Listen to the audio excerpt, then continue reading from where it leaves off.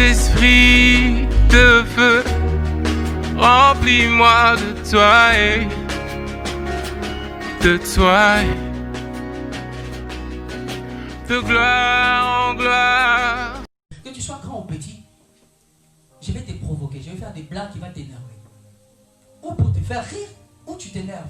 Et quand on va se battre, après nous avoir battu, on va devenir amis. Et je me battais des fois avec des grands frères de mes amis. Parce que dans les quartiers, on avait l'habitude, si vous voulez vous battre, on va dans l'école publique. On va derrière l'école. Comme ça, il n'y aura aucun tonton, aucune maman, aucun papa là-bas.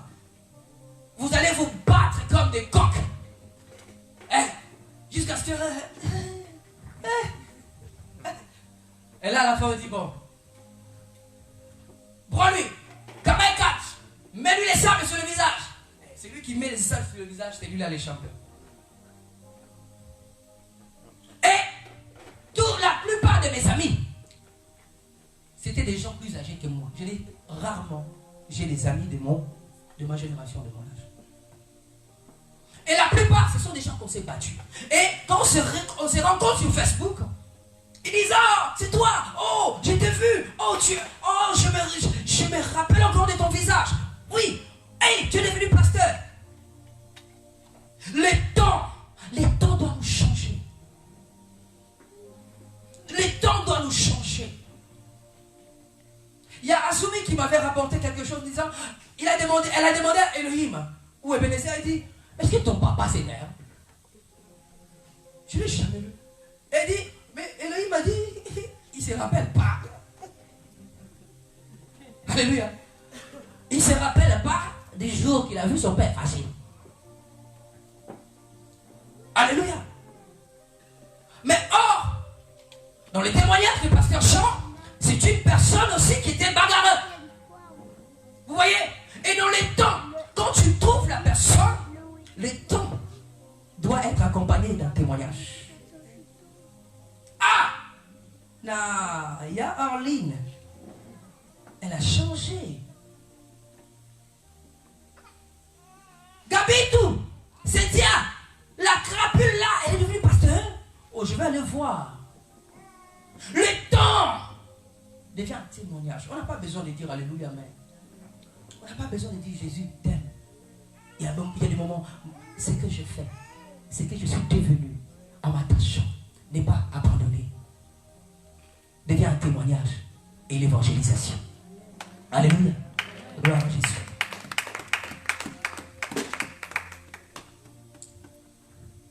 Distance. Galates 4, 18.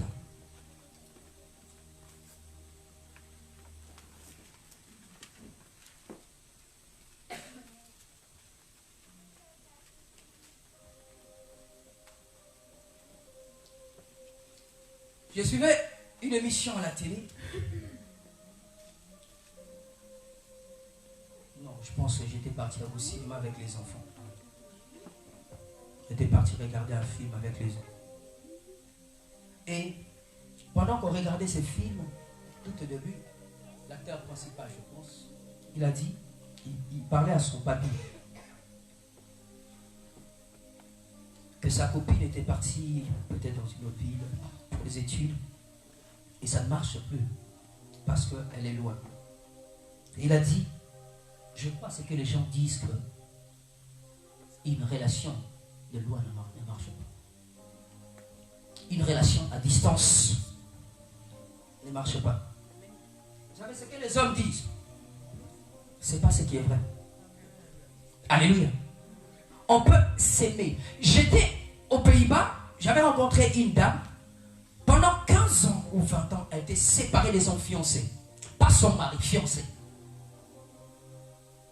Amen. Elle aimait tellement son fiancé. Et son fiancé l'aimait. Elle a tout fait jusqu'à ce que son fiancé puisse venir. Pendant 20 ans. Est-ce qu'il y a une jeune fille ici là, qui peut entendre son homme, son vrai homme pendant 20 ans?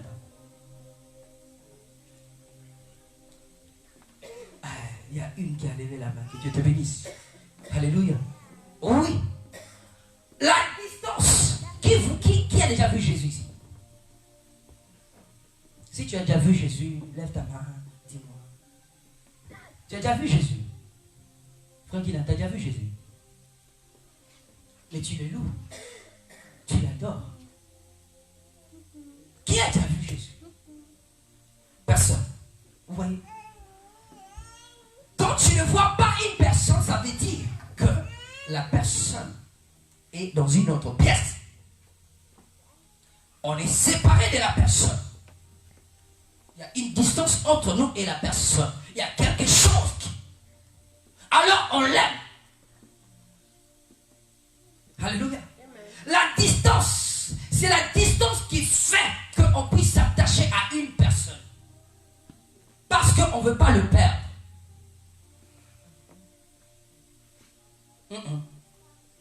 La distance fait qu'on puisse chercher ce qu'on ne voit pas.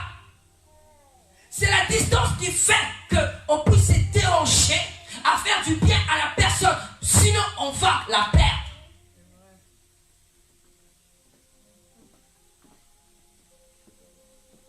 Regardez ici. Galates 4, 18.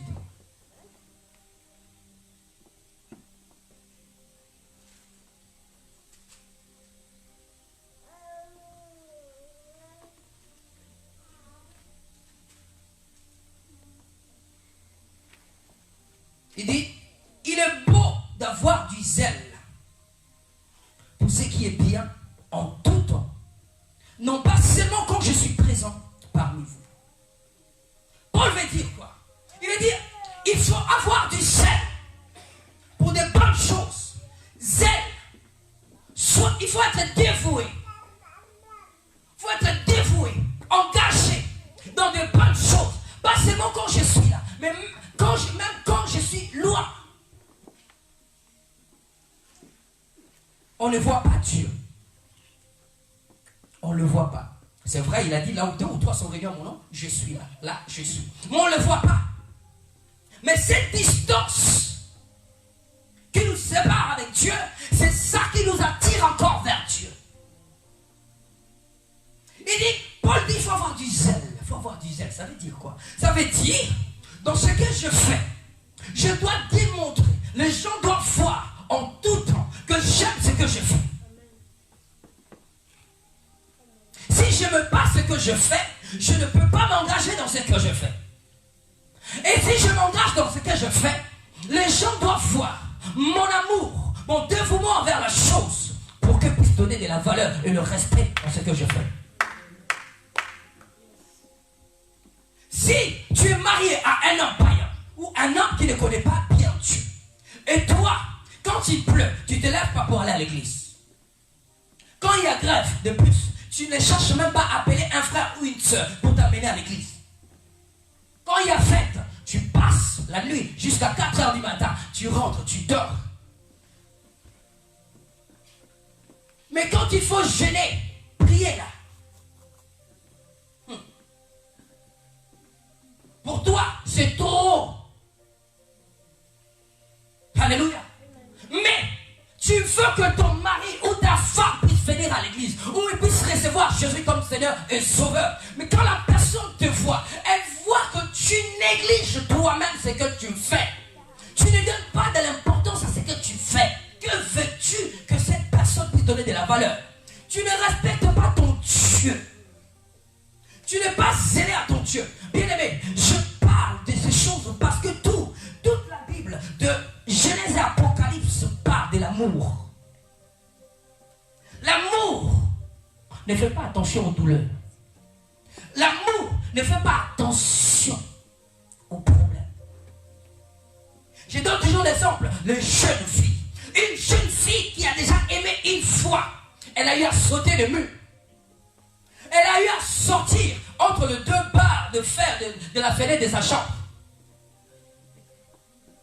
Une jeune fille qui a appris à aimer, elle a déjà défié son père et sa mère. Alléluia. Alors, quand on aime Dieu, quand on aime Jésus, on doit être zélé en tout temps. Amen. Pas seulement, Paul est en train de parler ici étant pasteur, étant berger. Disons, pas seulement quand je suis là. Vous savez, il y a des gens qui sont fidèles seulement quand le pasteur est là. Et d'autres même, nous étant pasteurs des fois, on fait des choses, quand on prie, on regarde. Ou quand on entre dans l'église, on fait comme si on ne regarde pas. Il y a des personnes, quand il y a un modérateur qui dit, adorons Dieu, levons les mains, levons-nous, il ne se lève pas. C'est quand les pasteurs entrent,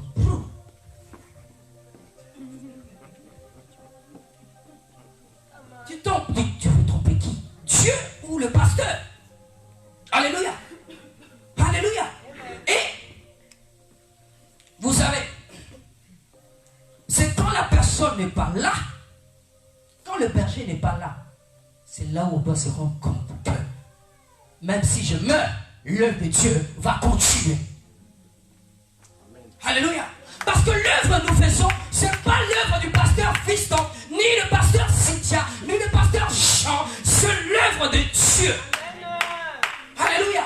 Et pour que l'œuvre de Dieu puisse continuer, il doit y avoir des personnes zélées, des gens prêts à mourir. Jésus a dit, vous serez mes témoins. Vous serez mes témoins. Vous savez ce mot témoin que Jésus a utilisé, en grec ça veut dire martyr.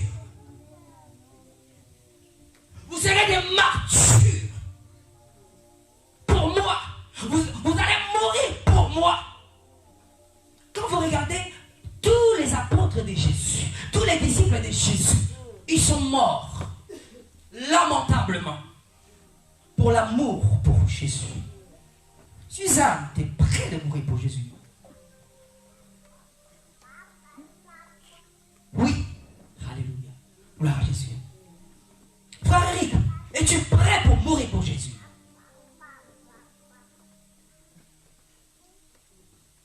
Alléluia. Gloire à Jésus. Es-tu prêt pour mourir pour Jésus? Parce que dans cette affaire, Yaya, c'est l'affaire du combat. C'est un combat. Aucun soldat se lève le matin pour dire que moi, je veux devenir militaire pour avoir un bon salaire. Tu t'es trompé. On ne devient pas militaire, Yaya, pour devenir riche. On devient militaire pour mourir pour la nation. On devient militaire pour mourir pour ce qu'on aime. Et Paul a dit, soyez zélés en tout temps. Amen. Et il pourrait dire, qui me séparera de l'amour de Dieu? Qui me séparera de l'amour de Dieu? Et commence à parler, dit, ni les hommes, ni les anges, ni la prison, ni la maladie, ni la richesse, ni le manque, rien ne me séparera de l'amour de Dieu. Alléluia. Merci. Rien ne me séparera de l'amour de Dieu. Prêt à mourir pour celui qui m'aime. Prêt à mourir, prêt à tout laisser. Jésus a dit, si tu veux me suivre, il dit, personne ne peut être mon disciple si il est son père, sa mère, ses frères, son mari, ses enfants, sa femme, même lui-même, il ne peut pas être mon disciple. Donc pour être disciple de Jésus, il faut saillir soi-même. Il faut t'aimer toi-même un peu moins. Il faut t'aimer un peu moins. Vous savez, moi dans ma vie, et j'ai décidé, la première personne que j'aime, c'est Jésus. Et la deuxième chose que j'aime, c'est l'église, c'est l'œuvre de Dieu. Et la troisième vient ma femme et mes enfants.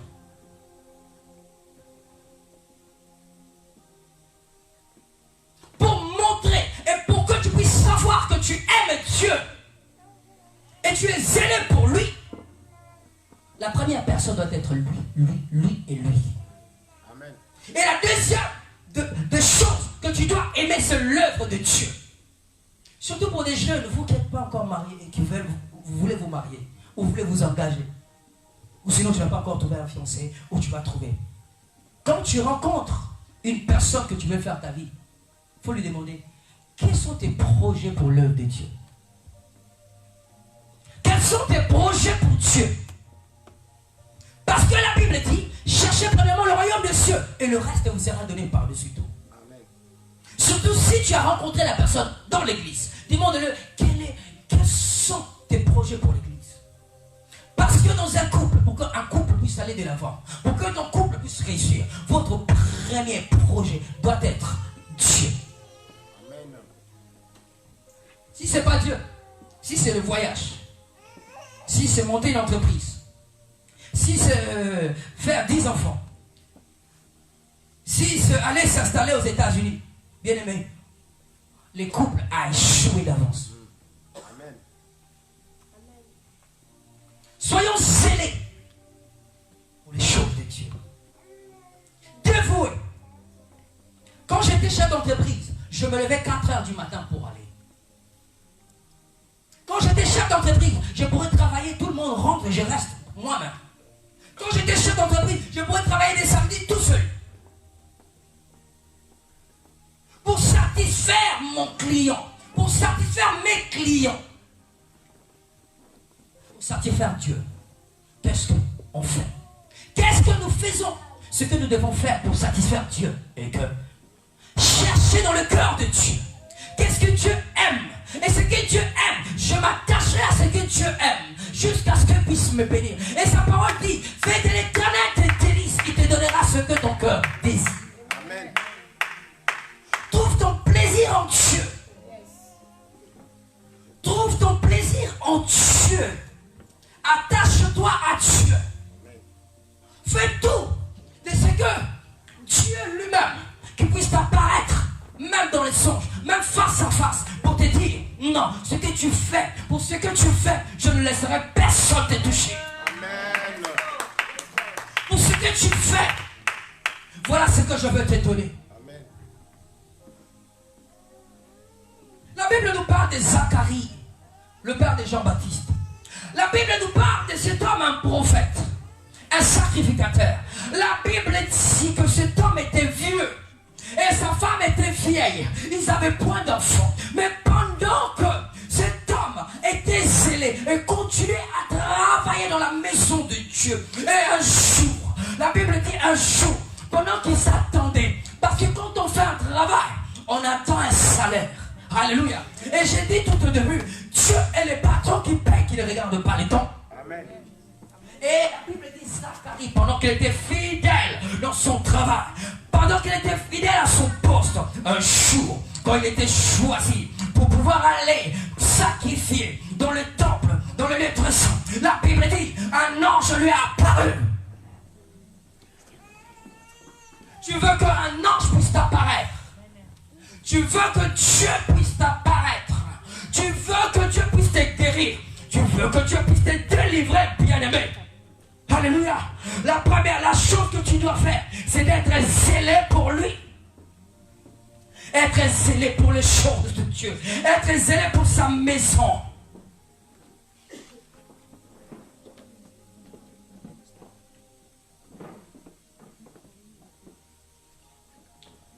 Troisième des choses.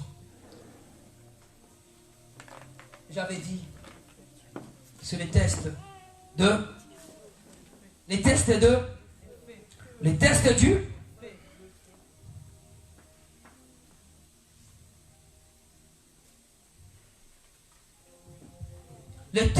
feu. Pour que notre fidélité soit vue des hommes, pour que notre fidélité soit attestée, nous devons passer par la pression. Qu'une personne prend Malachie chapitre 3 verset 3, une autre personne puisse prendre Job chapitre 23 verset 10. Alléluia.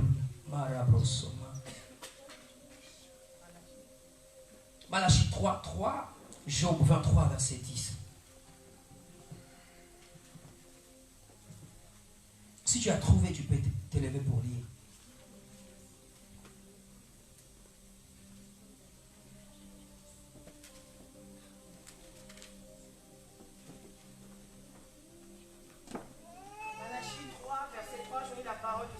Amen. Il siégera pour fondre et épurer l'argent. Lui, les descendants de Lévi, il les purifiera, il les affinera comme l'or et l'argent. Et ils seront alors pour l'Éternel des hommes qui lui présenteront l'offrande dans les règles, parole du Seigneur. Amen.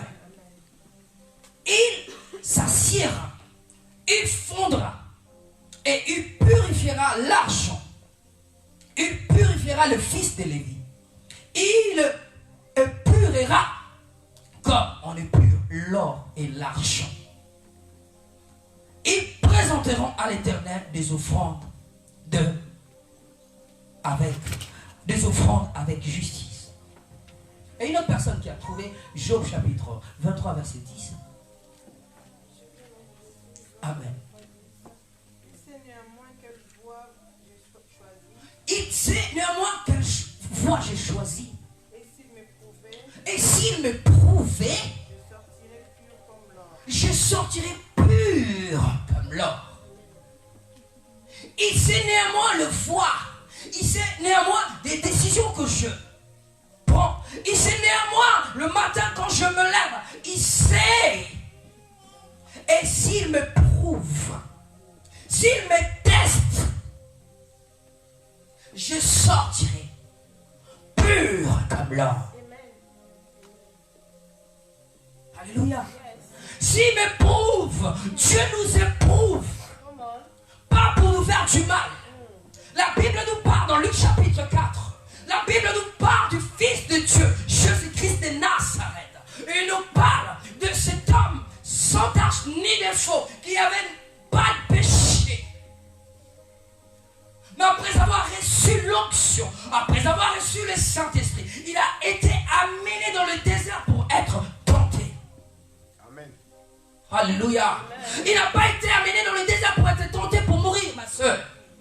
Mon frère, non. Il a été amené pour être purifié. C'est dans la pression, quand les choses deviennent dures, quand tu pleures, quand tu es écrasé comme du jus, comme de l'orange, tu dois donner du jus. L'or doit passer par le feu. Amen.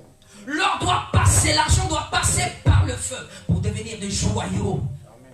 pour devenir des bijoux, pour devenir quelque chose de valeur. Amen. Bien aimé, si je prends l'or brut, je donne à cet enfant, même s'il amène à ses parents, si cet or n'est pas tombé entre les mains d'une personne qui sait ce qu'on doit faire avec, l'or restera l'or sans valeur. Amen. Alors Dieu veut que tu puisses l'offrir l'adoration qu'il lui faut. Dieu veut que tu puisses le servir comme il faut. Voilà pourquoi tu passes des moments difficiles. Voilà pourquoi tu es testé. Voilà pourquoi tu passes des moments où tu dis, mais pourquoi on ne me comprend pas? Pourquoi on ne te comprend pas? On ne te comprend pas parce que Dieu veut que tu puisses passer d'abord le test qu'il faut avant que tu sois compris par les autres. Oui. Pour être compris, tu dois d'abord comprendre. Et pour comprendre, tu dois d'abord être enseigné. Amen. Qu'est-ce que tu as appris de ces tests? Est-ce que tu es sorti la tête haute, ou tu es tombé pendant ces tests? Amen. Les déserts, Dieu ne t'a pas créé pour rester dans le désert. Dieu ne t'a pas créé pour souffrir. Dieu ne t'a pas créé pour mourir dans la souffrance. Dieu t'a créé pour mourir dans la victoire. Parce que à la croix, Jésus a tout accompli. Il a tout porté sur lui. Toi, tu marches seulement sur ce que Jésus a fait. Oui, quelle facilité. Une vie tracée. Bien aimé, pourquoi voulons-nous rendre des choses de Dieu difficiles et compliquées? Les choses de Dieu ne sont pas difficiles ni compliquées. Parce qu'il y a des gens qui sont passés avant nous, qui ont tracé les chemins. Soyons comme des Coréens, bien aimés, comme des Chinois. Copions juste. Copions ce que. Imitons. Parce que le mot qui est biblique, c'est imiter. Paul est en train de dire, soyez mes imitateurs, comme je suis l'imitateur du Christ. Il est juste dire, voilà pourquoi moi aussi je peux dire à l'église, soyez mes imitateurs, comme je suis imitateur de Christ. Ça veut juste dire, tant que je marcherai dans la crainte de Dieu, tant que je marcherai dans le voie de Dieu, tant que je marcherai selon la parole de Dieu, soyez mes imitateurs. quand je vais sortir du droit chemin, ne les faites pas. Alléluia. Amen. Alléluia. Amen. Qui veut m'imiter ici? Amen. Qui veut m'imiter? Amen. Oh non, j'ai demandé, c'est pas même. Qui veut m'imiter moi? Qui veut m'imiter ici? Okay. Donc comme tu veux m'imiter, tu n'as pas besoin que je puisse te dire ce que tu dois faire. Commence à regarder ce que j'ai fait et fais-le. Commence à regarder seulement bien. Ne juge pas ce que je fais, mais commence à faire ce que je fais. Paul a dit, soyez mes imitateurs comme je suis imitateur de Christ. Parce que Christ est l'exemple absolu. Il est l'exemple que le monde, même le monde, les gens qui ne croient pas en lui, quand ils écrivent leur histoire, ils disent telle année avant Jésus-Christ, telle année après Jésus-Christ. Il est le temps, il est le commencement et la fin. Il est celui qui détient toutes choses. Il est le centre de l'histoire de l'humanité. Yes. Soyons ses imitateurs.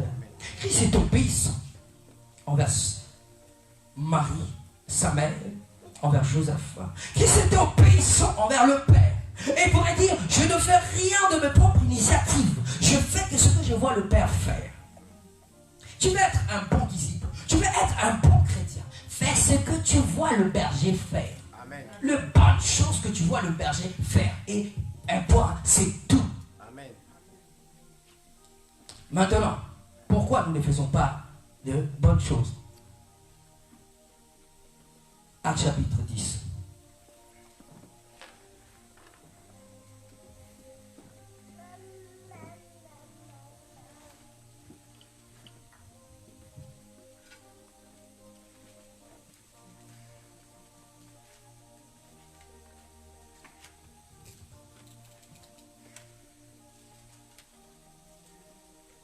Qu'est-ce qui peut nous pousser à bien faire les choses?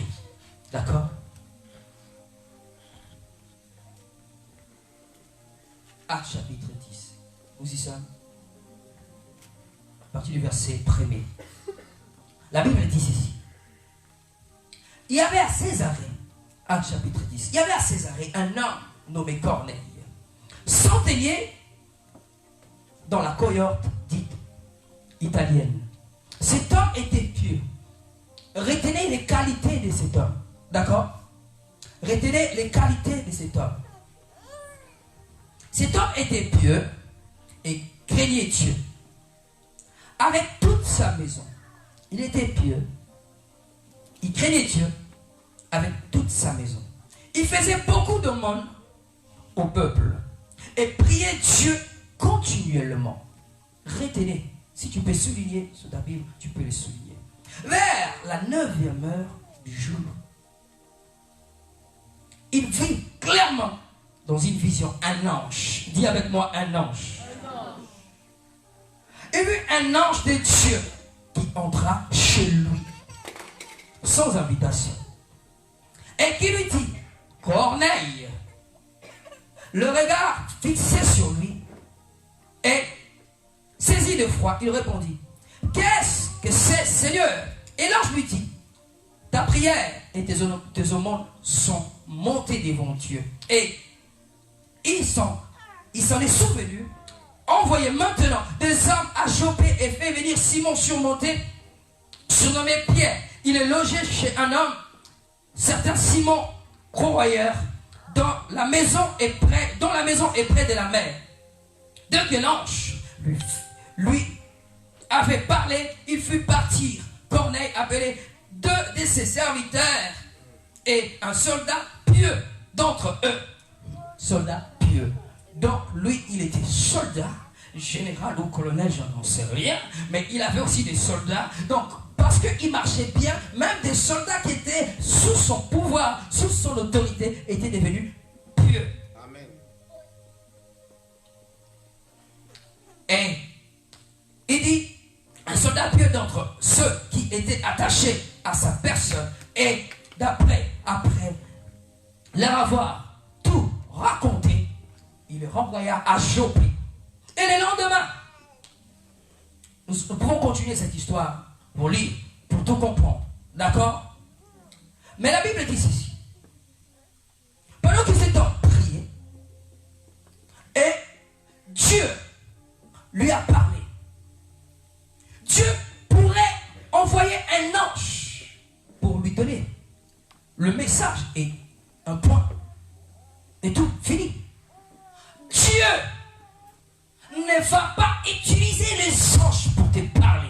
Dieu va utiliser des hommes. Et quand vous lisez cette histoire, vous allez comprendre que Pierre, aussi, de son côté, il priait. Et Dieu va lui parler de ce qu'il doit faire. Alléluia. Bien-aimés, le pasteur ne sont pas des anges. Amen. Le pasteur ne sont pas des hommes parfaits. Amen. Je vu les gens se déchaîner sur Moïse Mbi, Mike Kalamba et le frère Michel Bakenda. Ce sont des hommes comme toi et moi. Peut-être si tu étais à sa place, toi tu allais faire pire. Oui. Amen. J'ai dit, ça m'importe ce que les gens pensent d'eux. Moi, quand je les regarde, je vois que ce sont des hommes, ils ne sont pas des anges.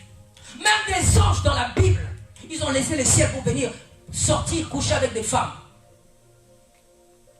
Mais une chose est certaine, je n'encourage pas ce qui se passe. Je n'en sais rien. Mais une chose est certaine, quand je lis la Bible, je vois que Dieu utilise des hommes. Il va toujours utiliser des hommes. Et des hommes avec des défauts. On parle des qualités des pierres. De Corneille plutôt. Un homme pieux. Il craignait Dieu. Il avait une réputation. À tel niveau. Bambila. De soldats qui travaillaient pour lui. Était devenu pieux à cause de ce qu'il faisait. Alléluia. Mais Dieu, pendant qu'il priait, Dieu envoyait un ange. Il pourrait s'arrêter là. L'ange pourrait lui dire, voilà ce que tu dois faire. Mais Dieu envoie les gens pour aller appeler Pierre. Il a été béni comme vous lisez la fin de cette histoire. Vous savez, Corneille pourrait dire, Pierre, hé, je le connais, Naïbi. Lui, il a marché sur les eaux. Il s'est effondré même. Il s'est noyé. Pierre, le diable même a parlé par sa bouche. Jésus lui-même, le maître, lui a dit, tais-toi, arrière de moi, Satan. Amen. Corneille pourrait dire, lui, hé, il a tremblé même devant les femmes. Quand on lui a dit, on te connaît, on t'avait vu avec Jésus, il dit, hé, je ne le connais pas. Oui. Bien-aimé, Dieu te parlera que par des hommes. Ne cherche pas à écouter Dieu seulement, disant que moi, Dieu seulement que Dieu me parle. Dieu ne va pas te parler. Tu n'es pas Moïse. Tu n'es pas Abraham. Tu n'es pas Jacob. Tu n'es pas Isaac. Dans cette alliance, dans ce temps, Dieu parle par des hommes. Mais il ne va pas chercher des hommes parfaits. Il va chercher que des hommes qui ont des défauts. Amen. Pour voir si toi, tu es obéissant. Pour voir si tu es avocat, intercesseur ou tu es un juge. Qui t'a mis juge? C'est en devenant juge, c'est là où nous bloquons toutes nos bénédictions. En regardant les défauts des autres, en les jugeant, Dieu te regarde et dit, toi, si je te donne ce que je dois te donner, si tu n'aimes pas déjà ton prochain, mais si je te bénis, je te rends riche, mais tu vas écraser toute personne que tu verras sur ton chemin. Dieu t'a appelé, on t'a donné des prophéties. Toi, tu serviras Dieu, tu seras prophète.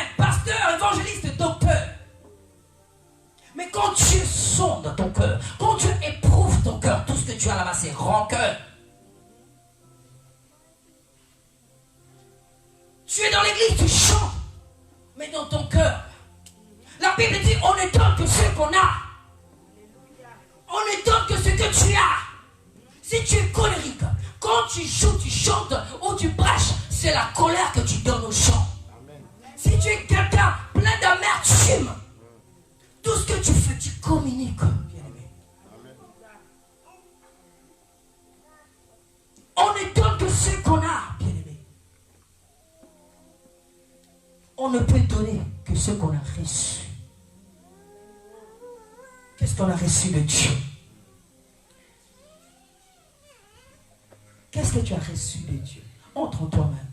Commence à réfléchir. Qu'est-ce que tu as reçu de Dieu? Corneille était païen. Il n'était pas juif. Il avait juste entendu parler de l'évangile. Il a reçu de loin. Il n'avait jamais vu, je ne pense même pas qu'il avait vu. Il avait rencontré l'un des apôtres de Jésus. Mais par la grâce, parce qu'il priait, parce qu'il demeurait. Il demeurait dans la prière et dans les données. Pendant qu'il continuait de faire ce qui était bon, ce qui est mieux, ce qui est bon, ce que Dieu attend de lui. Et ce que Dieu attendait de lui, la Bible dit que Dieu a envoyé un ange. Mais il a été béni parce que Dieu ne s'est pas arrêté seulement d'envoyer un ange. Mais il a envoyé la personne que Jésus a donné la clé de l'église. Amen. Wow. Amen. C'est ça la parole. Amen. Dieu va t'envoyer un ange. Dieu veut t'envoyer un ange. Parce que tu as tant prié, tu as tant pleuré, tu as tant demandé. Mais ce que l'ange, avant que l'ange puisse arriver, pour que le ciel puisse s'ouvrir, ton cœur doit être plein de bonté, d'amour, de douceur, de pardon, de tempérance, de maîtrise de soi. Amen. Que tu puisses marcher dans la piété. J'ai dit, les choses de Dieu ne sont pas difficiles. C'est nous qui les rendons difficiles.